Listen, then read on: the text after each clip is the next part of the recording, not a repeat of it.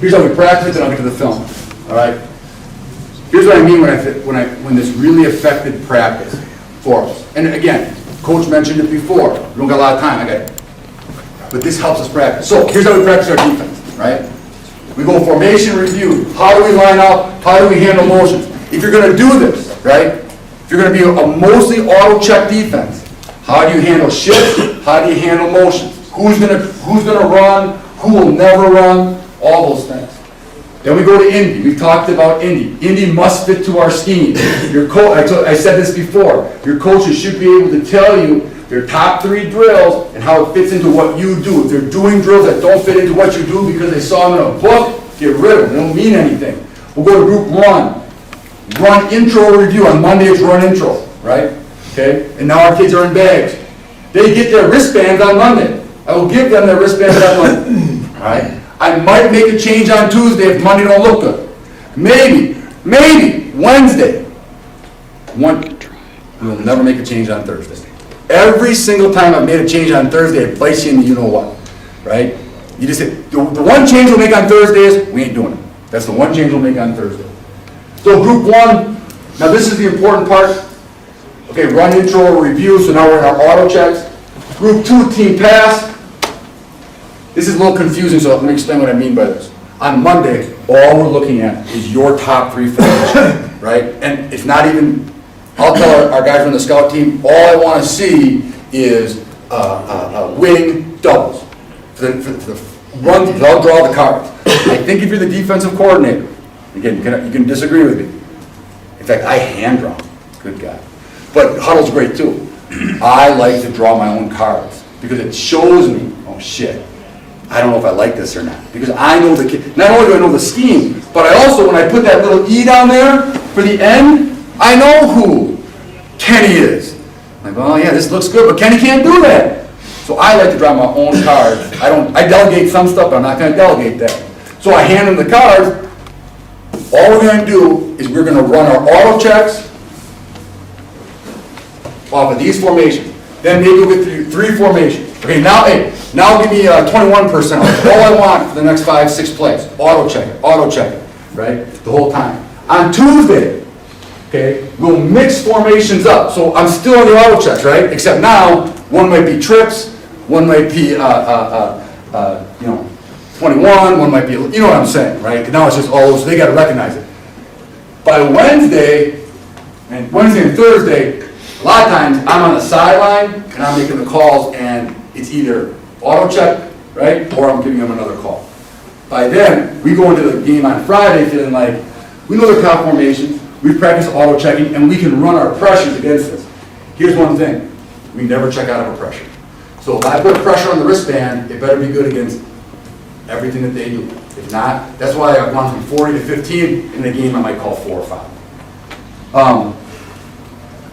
Yeah, and team's the same thing, so I won't go over it, you guys can read it, but I think if you are really going to buy into letting the kids call it on the field, they've got to see the formations over and over and over again. All right, you guys, we talked about the issues here, so I do want to get to the film before Tom stops me. The last one's the one you got to think about. I already talked about the other one. It might not work, right? You might practice it all week, it looks good, you get into a game, like that. We were checking this formation and they're kicking our ass. Okay, well, another thing I learned from that grumpy Coach Lecker, I think he's 100, no, he's not 100, he might be 90. He's old.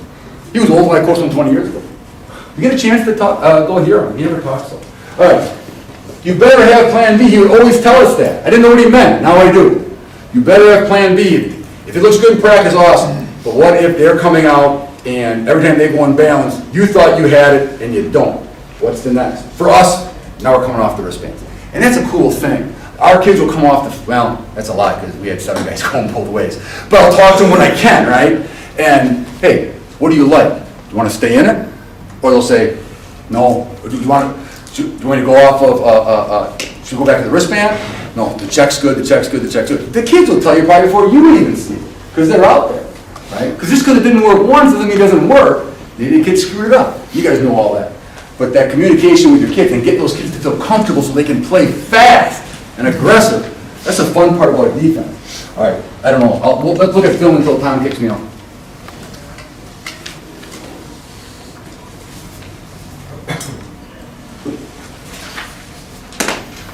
right, so now we'll look at a little bit more, oh, crap. All right, there we go. We'll look a little bit more, I don't know. All right, so here, this was a good game for auto check stuff because this, like I said, Wanakee really goes fast. Here you can see, all right, this is definitely an auto check because we have an H-back, all right? And right now we're running what we call our gold coverage, right? And later if you guys want to stick around, I'll talk about that. Coach, I was telling you, a lot of times we'll put the SAM up here, but we'll put the SAM up here if we feel like this kid is going to really down block all the time. If not, we can also slant to him, but really that's our safety. He's got him. The reason that we play our gold coverage is he can travel. So if we got a kid that can travel, I want to make sure we're in a call that allows one of our kids that's allowed to travel to travel. Our outside linebackers are never going to run. Our corner, I think we played one game till the corner's over, but our corners they won't run. Our safeties will adjust. All right, let's take a look. All right, so now we're slanting. That's a really poor job by our end up top. He doesn't slant at all. It's a really good job. This one actually, we might not be slanting. This might be us just a little bit misaligned. Really good gap exchange up here though. Okay, our end does kind of take you inside. Okay, we don't play a lot of 4-eye, and I can talk about that if you guys want later, but down block, he needs to, let's assume he is slanting, he needs to get his hands on him and he does not. And that allows him to get back. But we do a really good job of getting down and the overlay. That's a run fit. So when you go to auto check, if I put an auto check in and our run fits get screwed up, it can't go in, right? Because how are we going to spend that much time in practice with our run fits and then say, oh, line up in this defense, oh, but now you can't overlay. Well, shit, we've been doing that for 4 weeks or 2 months or whatever it is. So I would like to, here, I think I have it up there. It's a good job by our backer, but he should close this down even more, right? When he sees that tackle come down, he should be off the hip. He should be right there. Now, if this thing bounces again, there's our dog. He's wrong. Look at his foot. Outside backer's always got to have his foot back. Because if he somehow will be able to get out of it, he's committed, I get it. But if he bounces that, how in the world would he be able to, he'd have to spin himself back around.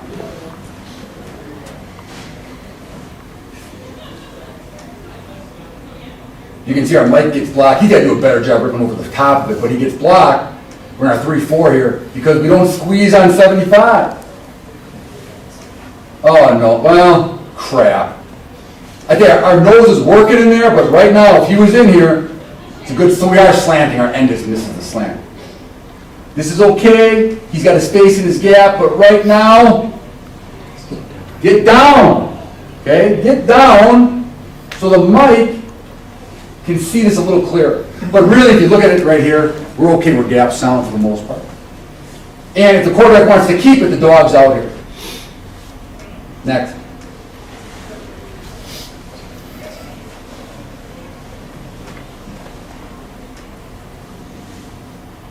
This is good pad level by our defensive line. You can see we're slanting now. Like I told you, we won't slant, even though it looks like he's on the line.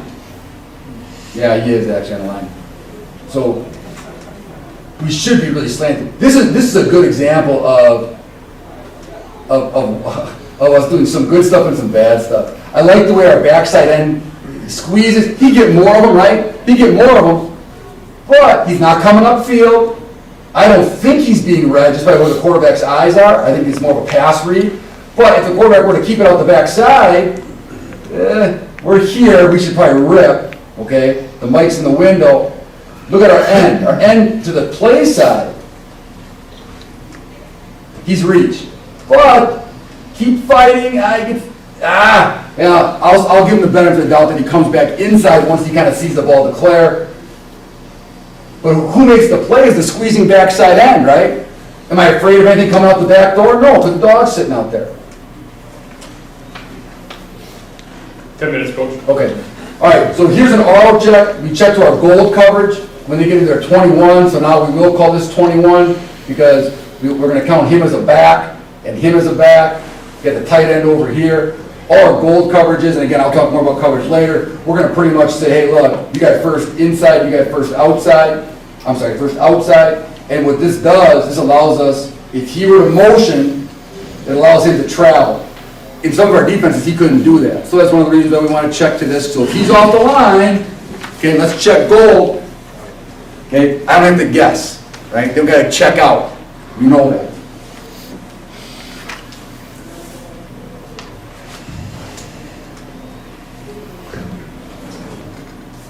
Here, this is fun. This is fun for me. I don't know. This is a good job by our nose. There's the punt. He's a little high. I got it. But he's getting there, and you can see now he's starting to rag down a little bit, right? He's starting to feel where the pressure is, okay? He's starting to feel where the pressure is a little bit, okay? So it's just a really good job by him stunning the nose. And if they want to block our nose one-on-one, we're hoping that helps us. Doesn't always help us. If it does, we got to give him some help. Not a bad job slanting up top. Okay, now, this number 7 is pretty good. So we kind of treated him like 2 players. So we told our end, he's about 175 pounds. If you start getting pushed back, pretend it's a double team. But the second play, every play was a double team. Which is okay though. Just think about that. We don't have anybody else. If I had someone else, I'd put him out there. He's an okay kid. Would I rather have him? What if he would knock him back and make it a stalemate? That's a hell of a job. So I don't know. To us, yeah, I don't. We're not looking. Hey, and we don't tell him to go with the knees. I'm serious. We don't. Hey, go to the thigh board, right? I don't know if that's illegal or not. Maybe it is. If it is, don't say anything, man. I'm trying to help out.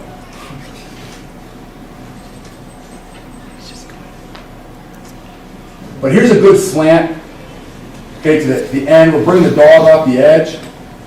Our linebacker can feel we're in that 21 coverage, which gives us a bonus player here. I get it. I know it. Some of you guys that throw the ball over the place, you see it. I see it too. All right. No, not awful. Now look, this is okay. This is our dog. Our dog doesn't wrong arm that H-back. I don't love his technique, but remember, he is the edge of the defense. If that was the Sam or the Mike, or the Sam or the Will coming off the edge, he better get inside 32's kickout block. What I'd rather see Dayton, number 5, do is, when he comes down, shuffle down the line of scrimmage, keep your outside leg back, and when that ball bounces, I can clean it up. So his body's turned the wrong way, but at least he's assignment sound.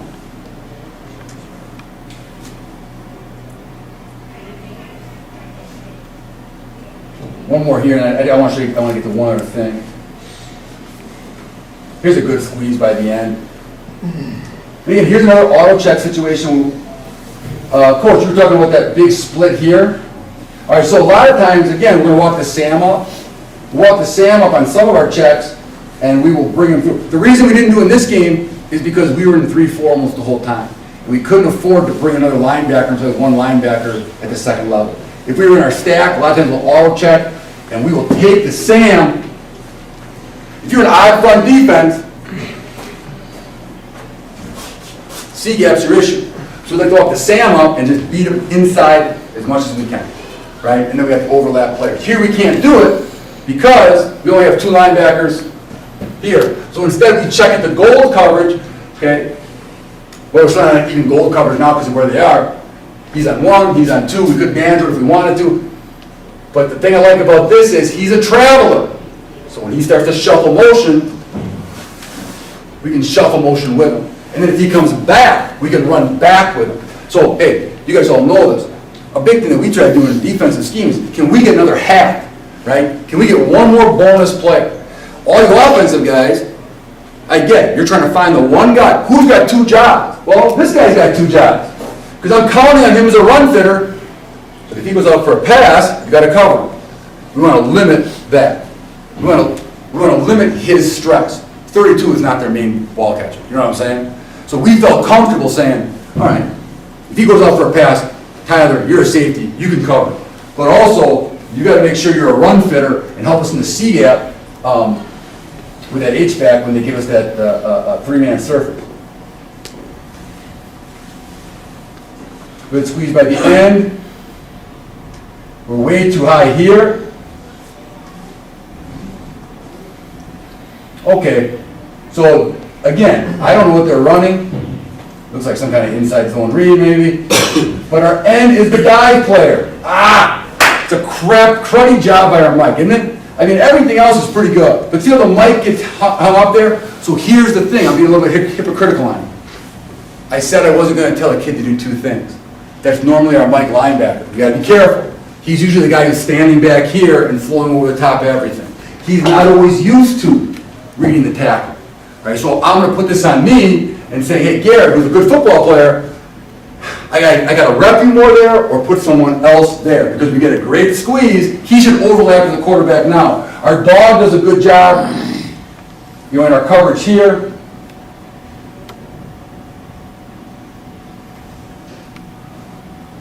Except for not tackling. But all right, get to the ball. Let me show you. Coach, I got time for one more clip here? Yeah, you're good, you got 5 more minutes. Oh, perfect. All right, so, here, let me get to this. And again, fire off questions if we got them. Let's see.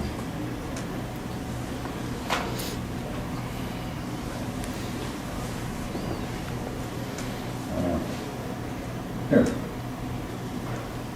All right.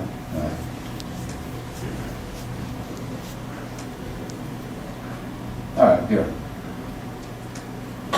So this is a team that gives you a lot of formations. All right, so here, this is something that we'll do. Call it look. All right, so teams that are going to get the line fast, right? And then they're going to, they want to see what you're in. And I think you have to do this. Okay, I think you have to do this. They're looking over. Our guys have to look over at me, right? Sometimes I'll give them a signal that says, "Hey, we're changing out of it," right? Sometimes I give them a signal, something like this. Okay, this. Hey, move around, but don't change. So what we call that look, right? So you can see most of them are looking over. I will tell you this, I know we don't get time for a lot of stories, but the first time we did this, I said, hey, when they look, you gotta look. Well, we didn't practice it enough. I think it was in our first or second game, the O-line pops up and they all look, and our guys all go over, and they look at the same freaking direction. They're all looking over the same coach. Like, hey, what? They stealing the signs? Like, no, I just didn't tell them where to look, so don't take shit for granted, all right? So then we practice it. So then, now I'm going to stop in practice, like on a Wednesday, I'll stand over here. If we're going to play a look team, guys, look over here. So, whatever it is. All right, so we get a look. I think we are checking out of this here.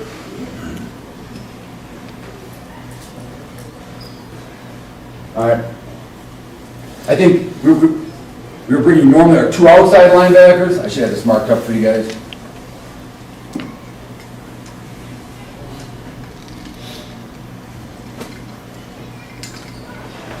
No, we stayed in it.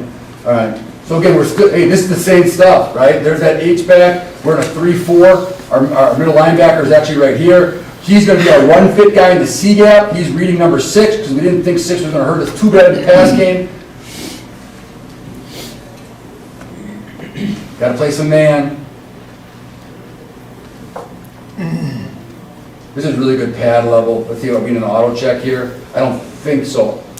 Okay, we're in a 3-4. These guys are mugging up here. I don't know if both of them are coming. So again, this is a show type of a deal. We don't auto check our shows, although I guess we could. This is good pad level. So this is fun. I mean, as a bless you, coach. As a coach, as a coach. Now, if I was going to coach up our left end.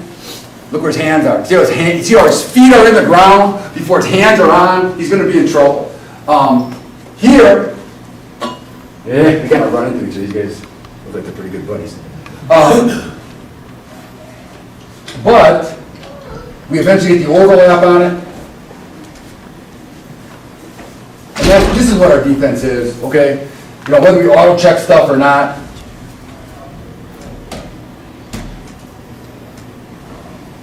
And this looks like an inside zone play. So here's, I think, what you have to do with this. This is a really good job. Whether you want to line them up, right? So again, I shouldn't say you. Here's what we do with this. We don't line him up right now because we're in a different defense. But a lot of times, if he's a little wider, we might line him up in our 3-4. He's the guy that creates the cutback lane on that inside zone play. So if he's here, he takes a step, he's going to wall off your inside backer, and that back's going to start bringing you this way, he's going to stick his foot in the ground. So we've got to get underneath that wing back, and we rep that, and we rep that, and we rep that. And 44 is a good football player. Our other kid isn't as good. So a lot of times we told him just get up on the line and just go. We felt like he was good enough to read. Okay? And here he does a pretty good job of getting underneath. Right now, Brooks, go. He One more minute, Coach. Okay. He could be better, but he still bounces it. And this is what your defense wants to look like. One more clip. I do have more. Here, this is the last one. This is a good one with our auto check. I know it looks goofy because we're so buried into the boundary personnel-wise, but we're trying to match numbers. So here, all right, we could combo this. When we combo something, it means two guys are on one. So right now, if he goes out, he's got him. If he goes in, he's got him. Here we could banjo this, right? We don't banjo it. We get good pad level. We get a really good slant to the guard, which brings our backer free. I don't know what coverage we're in, but we check out of this. Okay? So what we should have, we were playing man, going to bring both outside linebackers. Instead, we checked out of it, and we brought 5. We can bring 5 and still play cover 3, but I think over here they've got 1, 2, 3. They've got a lone receiver over here. We should be in quarter, half, or quarter, man. And then we use this guy who's not blitzing as a cut player, meaning that he's going to kind of take the flat, even though he's an inside dude. Although, frankly, he doesn't do that. You guys figure out what coverage we're going to tell me. I'll come back and tell the kids. But we love blitzing the back, right? We love blitzing to the back. So we'll auto check that. Because he's got to make a decision, doesn't he? Is he going to stay and block? Or is he going to go for a pass? If you're going to do that, and I'll stop here because if he's going to do that, you better have the cut player, right? That's going to go ahead and, again, it looks like he should be spun back and we should be here, he should be in the flat, but all right, fine. Because I don't want to blitz peel him. I want him to go, and I want that back to make a decision.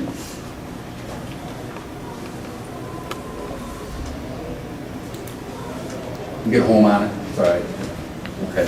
So, hey, look, that was 2 sessions, and I'm sorry. Sometimes I get caught up in the drill stuff, but I'm not sorry, because that's where you're going to win your football games. You guys know that. I do want to say one last thing. 1 second, Tom. Am I okay?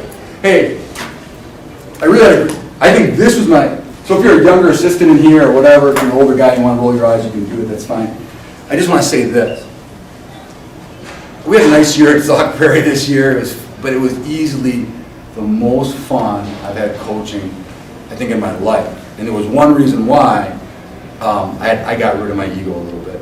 I just have to say that. And I think that's important for younger guys in here, right? I was a little bit of a hypocrite. I got really lucky when I was at Pewaukee, and then the first 3 or 4 years at McGuanago. I think we did a good job coaching, but no better than anybody else. We had freaking good players, and I used to always tell the kids, I'm not worried about winning or losing. I just want you to have a great experience. Right? The scoreboard takes care of itself. When you're, 11-1, or going to the 3rd round or the 4th, that's easy to say. Finish 4-5 one year, you're like, shit. Well, what's wrong with these kids? They're starting to hurt my legacy. It's a bunch of crap. And then the next year we went 3-6. And I hated everybody. A kid would drop a pass, and I'd be mad at that kid for 2 days. Right? And that was not me. Right? And I had to step away from that. And I'm almost done here, just hang with me. The best thing that ever happened to me was I got a call from Mark over at Carroll, and I just went and helped him out. And I remembered how much fun football is. So I'm not saying let's hold hands and do that the whole thing. Football's a tough, aggressive game, and we're going to coach it that way. But especially maybe for young guys that want to be head coaches, man, I guess I learned that a little bit, get humbled a little bit. I started to make it a lot about me. As long as you focus on the kids, we went through a 3-game losing streak this year. If that would have happened any other year of my life, I don't know if I would have gotten 4 hours of sleep in, okay? But I felt like we were doing what's best with kids. It allowed me to enjoy it. We ended up having a nice year and gave the kids a good experience. So I don't mean to give you a sermon on it, but I know that affected me. It may never affect you.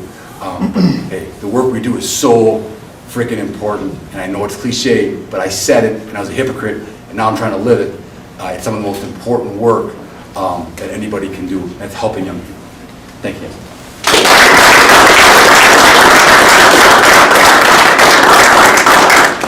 right, so we're